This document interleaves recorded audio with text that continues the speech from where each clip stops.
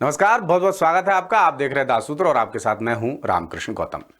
इस वक्त की बड़ी खबर है मध्य प्रदेश कर्मचारी चयन मंडल यानी एएसबी से जुड़ी हुई। एएसबी की 3 बड़ी भर्तियों में हाल ही में एक के बाद एक बड़े नकल घोटाले सामने आए हैं। ये भर्तियां हैं आबकारी आरक्षक भर्ती, पुलिस सिपाही भर्ती और जेल प्रहरी वन रक्षक भर्ती। इन तमाम घोटालों के खुलासे आप दासूत्र पर देख चुके हैं। अब आपको आगे की बात बताते हैं जो सुनकर आप चौंक जाएंगे। इन तमाम घोटालों में एग्जाम सेंटर्स पर बड़े लेवल पर मिली भगत की बात सामने आई है और कंप्यूटर कॉम्प्रोमाइज्ड हुए हैं, इस बात की भी पुष्टि हुई है। जेल प्रहरी वन रक्षक भर्ती में 109 उम्मीदवार संदिग्ध पाए गए हैं, जबकि पुलिस सिपाही भर्ती में 14 और आबकारी आरक्षक भर्ती में 12 उम्मीदवारों पर शक है। लेकिन सबसे हैरानी की बात यह है कि तीनों ही मामलों में एएसबी का रवैया अलग अलग रहा है, जिससे कई गंभीर सवाल उठते हैं।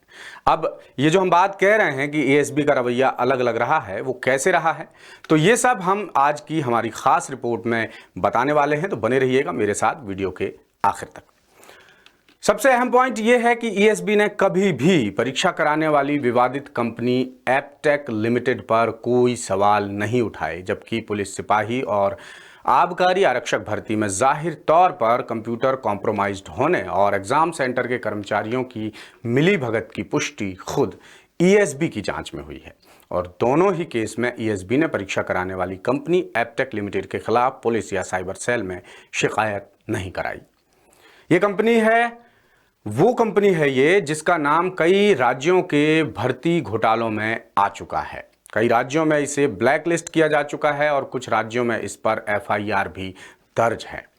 आबकारी आरक्षक भर्ती की बात करें तो इसमें सीसीटीवी फुटेज और एआई टूल के जरिए Ratlam public school exam centre पर 12 उम्मीदवारों को पकड़ा गया है, जिसके बाद एएसबी की शिकायत पर नकल का मामला बनाकर परीक्षा रद्द कर दी गई। इसी मामले में भोपाल के एमपी नगर थाने में 12 उम्मीदवारों पर एफआईआर दर्ज कराई गई और मामला जांच के लिए रतलाम पुलिस के पास भेजा गया।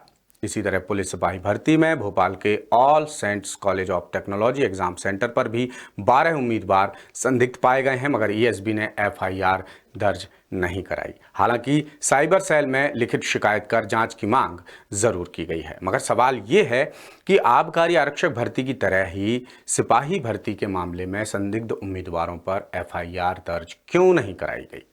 और सबसे बड़ा सवाल तो जेल प्रहरी वन रक्षक भर्ती घोटाले को लेकर उठ रहा है। 2023 की इस परीक्षा में दिसंबर 2024 में ही गड़बड़ी सामने आ चुकी थी, जिसका खुलासा दासूत्र ने प्रमुखता से किया था।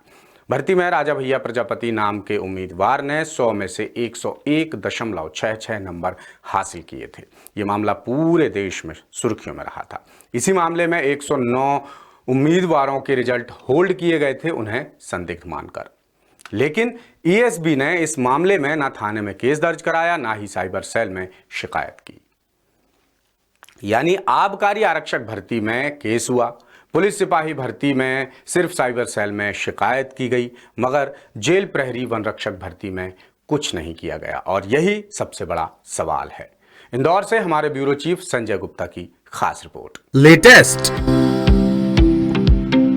इन्वेस्टिगेटिव और इन डेप्थ खबरें देखने के लिए ज्वाइन कीजिए दासूत्र का व्हाट्सएप चैनल, सब्सक्राइब कीजिए यूट्यूब चैनल, लाइक कीजिए फेसबुक पेज और पढ़ते रहिए www.dasutra.com।